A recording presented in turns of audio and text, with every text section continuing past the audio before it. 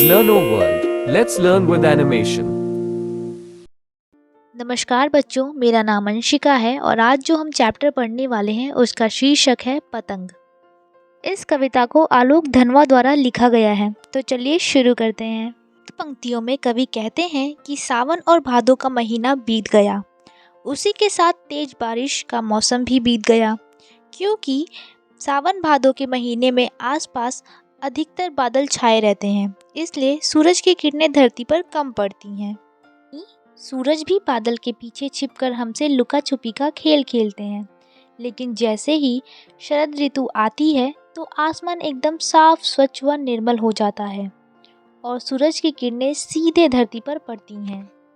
उस वक्त कवि को ऐसा महसूस होता है कि जैसे अंधेरी रात बीत गई और सुहानी सुबह हो गई, और शरद ऋतु की उस सुहानी सुबह में आकाश में छाई लालिमा को देखकर ऐसा प्रतीत हो रहा है जैसे वो खरगोश की लाल लाल आँखें हों। अर्थात शरद ऋतु में आकाश में छाई हुई लालिमा खरगोश की आँखों की भांति लाल दिखाई दे रही होती है।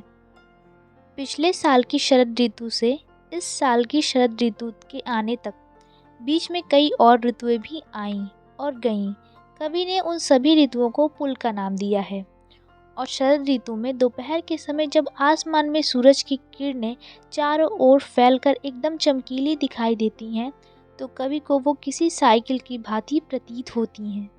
इसलिए कवि कहते हैं कि शरद ऋतु किसी छोटे बच्चे की तरह कई सारे पुलों को पार करते हुए, अपनी चमकीली साइकिल को तेज चलाते हुए और साइकिल की घंटी को जोर जोर से बजाते हुए पतंग उड़ाने वाले बच्चों के झुंड को अपने चमकीले इशारों से बुला रहा है, मानो जैसे कह रहा हो कि मौसम एकदम सुहाना हो गया, इसलिए तुम पतंग उड़ाने के लिए अपने घरों से बाहर निकल आओ। इन पंक्तियों का अर्थ यह है, शरद ऋतु में आकाश एकदम साफ, स्वच्छ और मौसम सुहाना हो जाता है और हल्की हल्की सर्दी पड़ने लगती है। आसमान में चमकते सूरज को भी सीधे देखा जा सकता है। ऐसा निर्मल आकाश कवि को मुलायम प्रतीत होता है। उपरोक्त पंक्तियों में कवि कहते हैं कि बालक शरद अपने चमकीले इशारों से बच्चों के समूह को बुलाता है। बच्चों की पतंग आसमान में आसानी से बहुत ऊंची उड़ सके, इसलिए उसने आकाश को मुलायम बना दिया है। बालक शरद भी यही चाहता है कि दुनिया की सबसे हल्की और रंगीन पतंग आसमान में ऊंची उड़ सके। दुनिया के सबसे पतले कागज और बांस की सबसे पतली कमानी से बनी पतंग आसमान में ऊंची उड़ सके, और पतंग उड़ाते ही प्रसन्नता से इधर उधर भागते हुए, किलकारियां मारते हुए बच्चे खुशी से सीटियां बजाते हुए तितलियों की भांति चंचल बच्चों की एक नाजुक सी दुनिया शुरू हो सके। यानी आसमान में उड़ती पतंगों के साथ साथ बच्चों भी अपनी बाल सुलभ कल्पनाओं के साथ आसमान में उड़ सके। उपरोक्त पंक्तियों में कवि पतंग उड़ाते बच्चों का दौड़ना, भागना और खुशी से उछलना देखकर उनकी तुलना कपास के साथ करते हुए कहते हैं कि जिस तरह कपास मुलायम, शुद्ध और सफ़ेद होती है, ठीक उसी प्रकार बच्चों का मन व भावनाएं भी स्वच्छ, कोमल और पवित्र होती हैं। अर्थात बच्चे जन्म से ही अपने साथ निर्मलता, कोमलता लेकर आते हैं, और जब वो पतंग के पीछे भागते हैं तो कवि को ऐसा लगता है जैसे कि उनकी निर्मलता, कोमलता व पवित्रता को छूने पृथ्वी भी झूम झूम कर उनके आसपास आ रही है।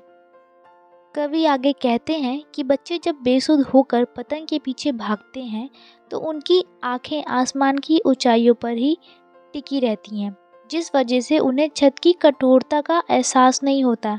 यानी उस वक्त वे उस कठोर छत को भी नरम ही महसूस करते हैं, और उनके तेज दौड़ने भागने से उनके पैरों के द्वारा होने वाली आवाज़ ऐसी प्रतीत होती है जैसे कि सभी दिशाओं में मृदंग यानी ढोल के जैसा दिखाई देने वाला एक वाद्य यंत्र बज रहा है। कवि ने बच्चों के दौड़ने भागने की तुलना झूला झूलने से की है। जैसे झूला झूलते समय एक बार झूला बहुत ऊंचा चला जाता है और फिर तेजी से अपनी पहली वाली स्थिति में आ जाता है, ठीक उसी प्रकार बच्चे एक जगह से दौड़ लगाकर दूसरी जगह पहुंच जाते हैं।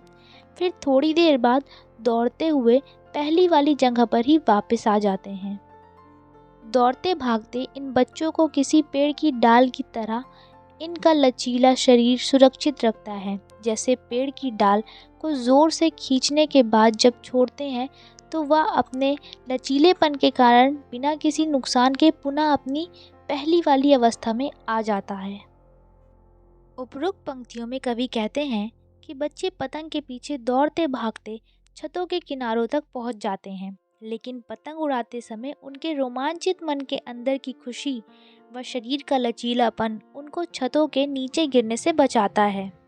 कन बढ़ा देने वाली ऊंचाइयों पर उड़ती हुई पतंगों की डोर बच्चों के हाथों में होती है और बच्चे महज एक धागे के सहारे उस पतंग को संतुलित कर लेते हैं। वे अपने आप को उसी डोर के सहारे गिरने से बचा लेते हैं। पतंग उड़ाते उन बच्चों को देखकर ऐसा लगता है जैसे पतंग के साथ साथ वे अपनी कल्पनाओं और भावनाओं और खुशी के सहारे उड़ रहे हैं।